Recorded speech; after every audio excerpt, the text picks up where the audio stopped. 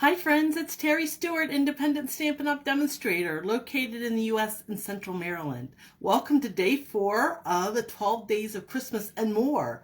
So today my project features the Forver Fern stamp set, and I'm going to show a technique, a masking technique using masking paper. So let's get started. I'm going to jump right in. I'm going to move my camera. If you get sick, look away because the camera's moving. And I know you're going to see my ceiling, my big light, my big head, before I get the camera turned around. Okay, so now I got the camera turned around. Let's straighten it up a little bit. Okay, so there you see the stamp set that I'm going to be using today, Forver Fern, and for the center greeting, I'm going to try to bring myself up on my computer, so if anybody's out there watching me or has any questions, I'll try to look over occasionally and answer. So Forver Fern, this is the stamps that I'm using, and actually I'm just using one of these. There's two of these little fern leafy things. I'm using one of them, and on the front we're going to have this joy sentiment. So let me bring in my project. So you can see Forver Fern.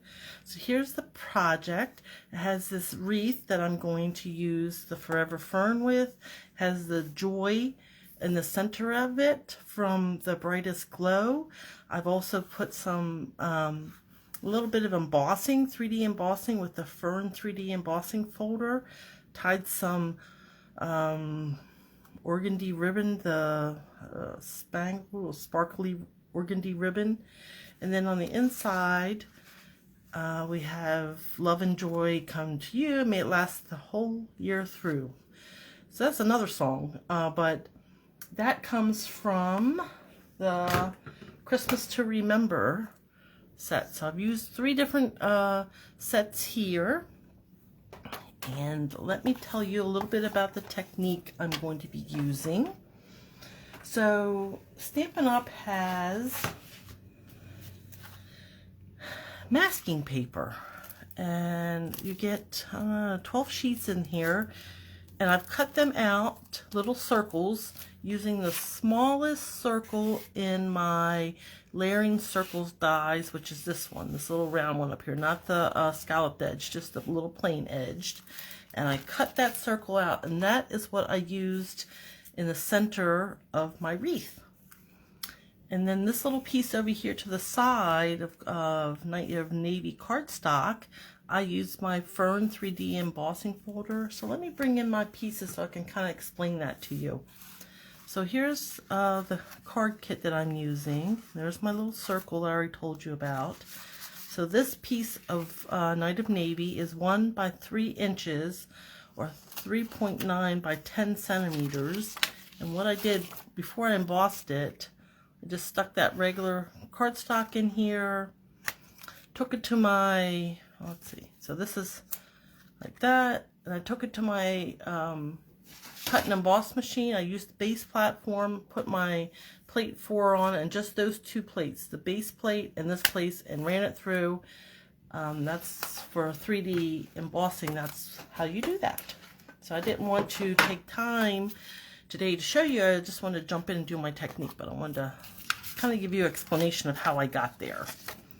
All right, so let me put all this aside. This is my kit.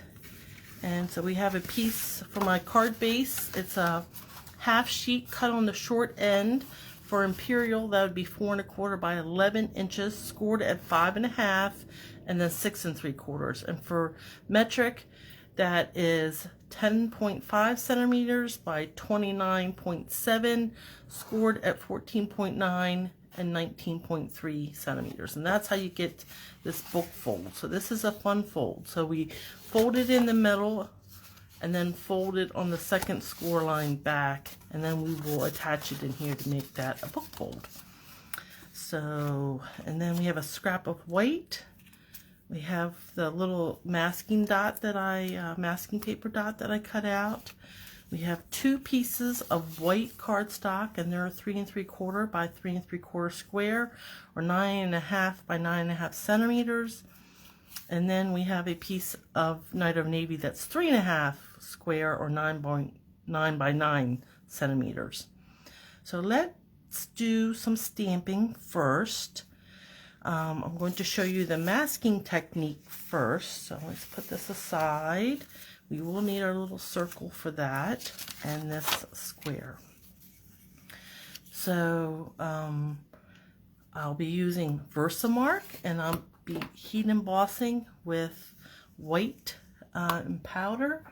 I'm going to bring in my embossing kit that I just love. We have the embossing buddy. It comes with this tray, the embossing buddy, a brush, and these reverse tweezers that are amazing. So the first thing I'm going to do is use this embossing buddy, and this takes static out of the paper, the cardstock. Oh, hi Joy. I'm glad you could join me. Yes, monochromatic cards are the bomb. They're just, for me, they're easy to, I don't have to think too much. Just pick a color and white and you're on your way. So I take my static, my embossing buddy, and run it in my tray just so the embossing powder doesn't stick in there. And then I'm also going to do the same to my cardstock, run my embossing buddy over that. And this just makes it so that the embossing powder won't stick in places I don't want it to. So then I'm going to take my little masking paper. Now, when I cut it purposely down the center where the covers are, so I could take those off easily. Now this is very sticky, so the recommendation is you stick it on your clothes. Now I have my Ravens shirt on. Today's game day, and I have to go watch them beat the Denver Broncos shortly. So stick it to your clothes a little bit, stick it on your hand, and then once it's not so tacky, you can bring it to your cardstock. So I'm going to eyeball up the center. Let's see if I can find the center on this.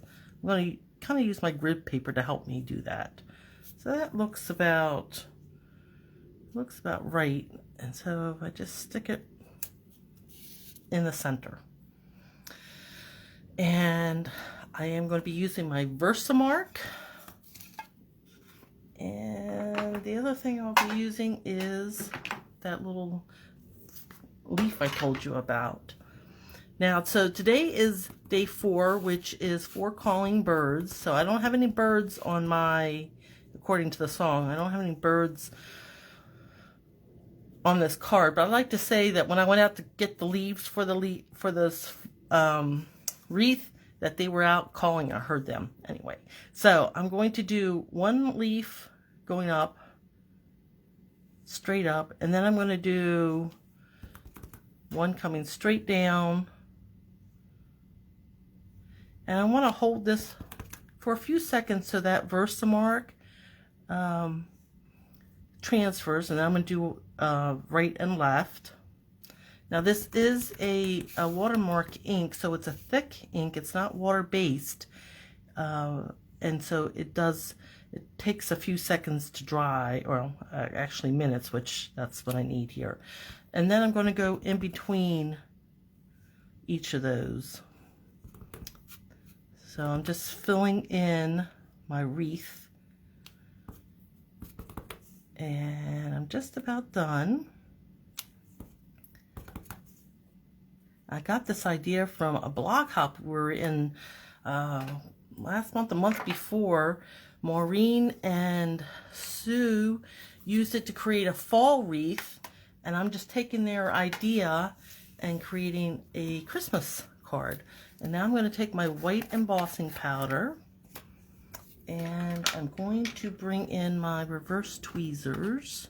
Well, actually, let's do this part first, and I'm just going to sprinkle this white embossing powder all over what I just stamped in that Versamark, so we can adhere. And then tap it off into my tray, my handy dandy tray. All right, so there we go. I'm going to set this aside, and And now I'm going to use my handy dandy reverse tweezers to hold it while I bring in. Hi, Joy.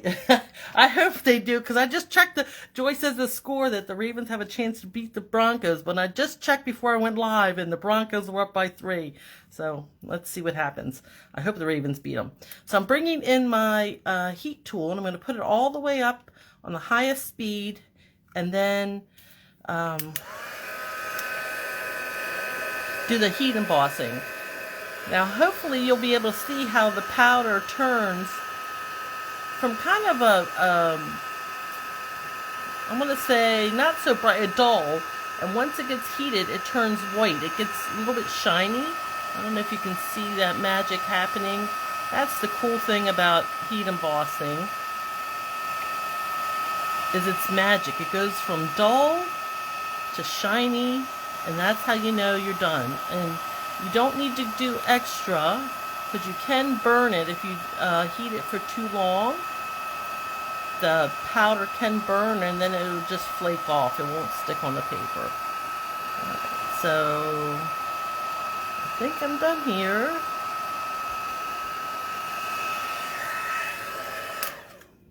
So that's my heat embossing masking technique. Now I'm going to bring back my tray so I don't knock this over. Oh, I almost did. You almost saw the accident on camera. So I'm going to tap it in here. I don't like to use this tool because I can't get down inside.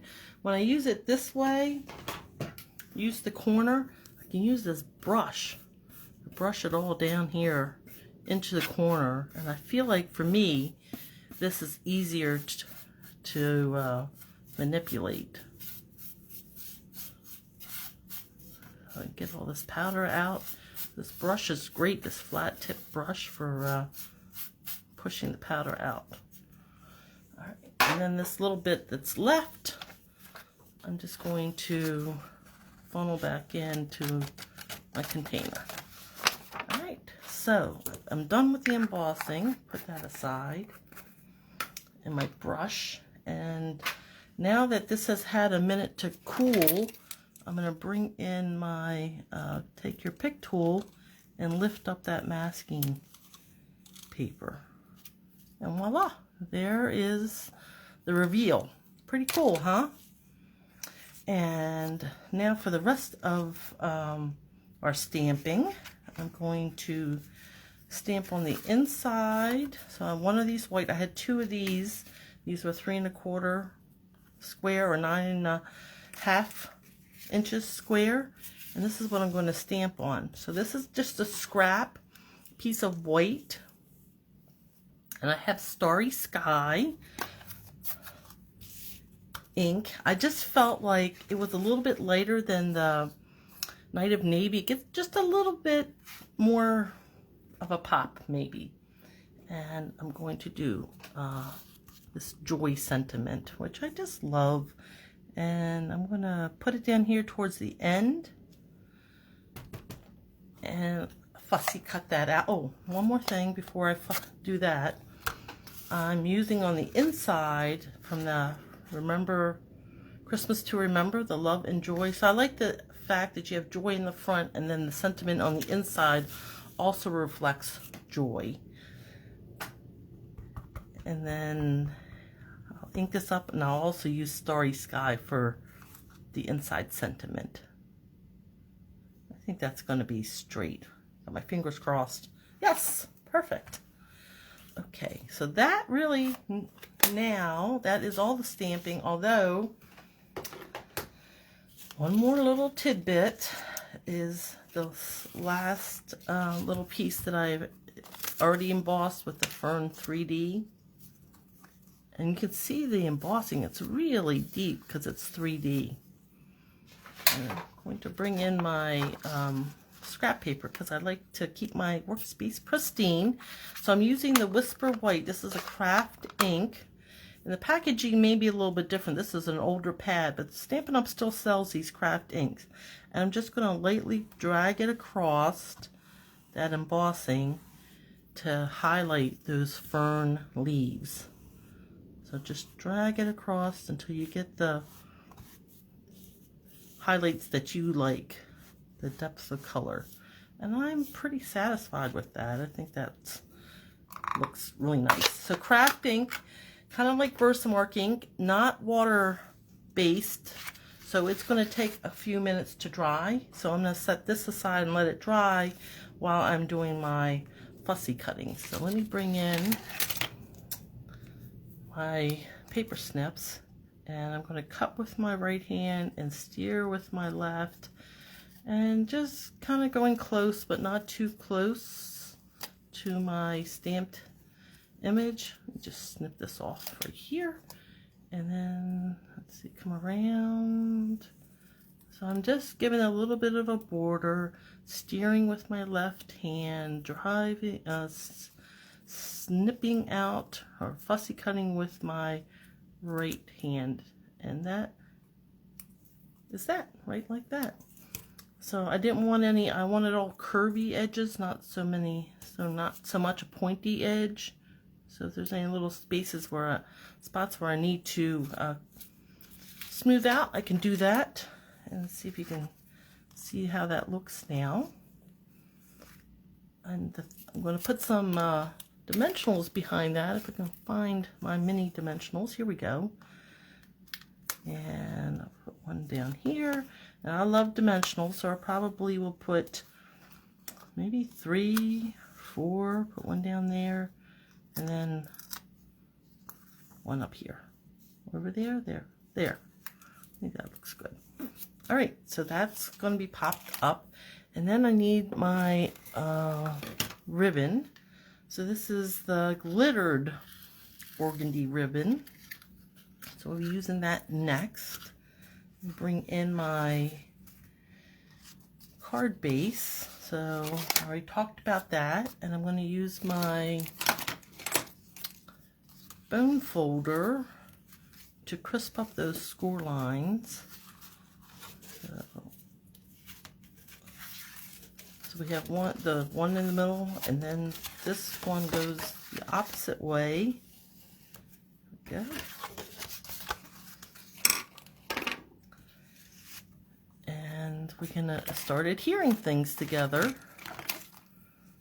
I'm going to use my liquid glue because I like that with all these bumps. It gets into all, and I feel like it gets into all the nooks and crannies and really does a great job of adhering. And just center that right and left, top and bottom. And so this piece, this our second white piece, that's where we're going to layer our wreath on. So again, I'll just use some of this liquid glue. I'm so glad that you are here, whether you're watching live or if you're watching our replay. Glad you could join us. So tomorrow, Tracy from Australia will be sharing her project with us. Oh, and I looked and I can't remember which stamp set she's featuring. But anyway, join us tomorrow. Drop in, whether live or on replay, and watch Tracy's presentation. And I guess 5 days is 5 Lords of Leaping, right? So I don't know if she's going to have a Lords of Leaping or she's just doing day 5 like I'm doing day 4 and no calling birds on this card. Unless you make up a story like I did, that when I went out to gather the leaf for my wreath, I heard the calling birds out there, right? Yeah. Okay, so now we're going to come up with our glittered ribbon, and that is going to come inside. So we want it in this short panel area to go on top of the embossed part. And I'm a great one. Oh wait, see, I was going to do it here. Oh, but my sample has it going around this way, and I don't know if it's too late to rescue this. Yeah, too late. So yeah, okay, we're doing a little bit different, not intentionally, but things happen when you're assembling. You know, we all have been there, like, oh, I meant to do that, and suddenly you're doing something else because you got ahead of yourself. Which is fine, because there are no wrong, just only opportunities to embellish. And I'm going to embellish this in a different spot than I had originally intended, but I think that will be okay. Yeah. So there is my knot of ribbon.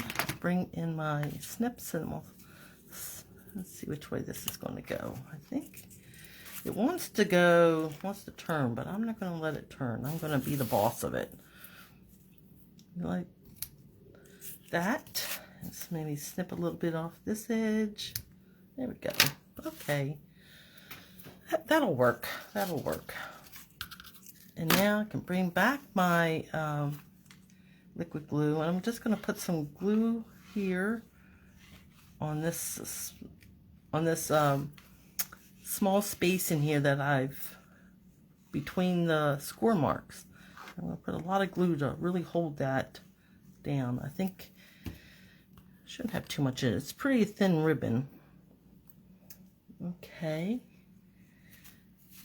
And then I'm going to do that, but let's put this on the inside. So now that we kind of see the space that are all those glittered spots, this will go on our sentiment on the inside.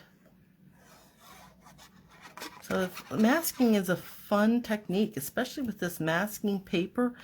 I am having a blast with that, because it makes it, you can stamp images and they don't get all cluttered on top of each other. So like here in the center, there's an open space. And now we're going to bring in our joy sentiment. Yep, no mistakes, Joy. I agree, Joy. No mistakes, just opportunities, right? And then when this right in the center of my wreath. So there it is. Right. So since I put my ribbon to the side, I'm going to bring in my iridescent pearls and add some more bling. Never miss an opportunity to bling, right? So let's use one of these large rhinestones here. I use one of the medium, maybe over here, and then a small one down here. So kind of in a triangle pattern to draw our eye around. There you go. So I will post both of these. Oh, look at that. One of those little dimensional covers that I love so much. So there you go. There's my project, Forver Fern. Little sparkly wreath masking technique. So Joy prefers this version better. I can't say which one I like. I guess I like them both. I like the technique and I like the way it comes out. The fun fold, of course I love a fun fold. I always love fun folds. So I will post this to the group after the Ravens game. I'm going to go watch the Ravens game. Hopefully I won't be crying. Make sure you get with the demonstrator who invited you to the group if you have any questions or you want to place an order with her. So glad you could join me today on live or replay. And remember, stamping is fun. Bye!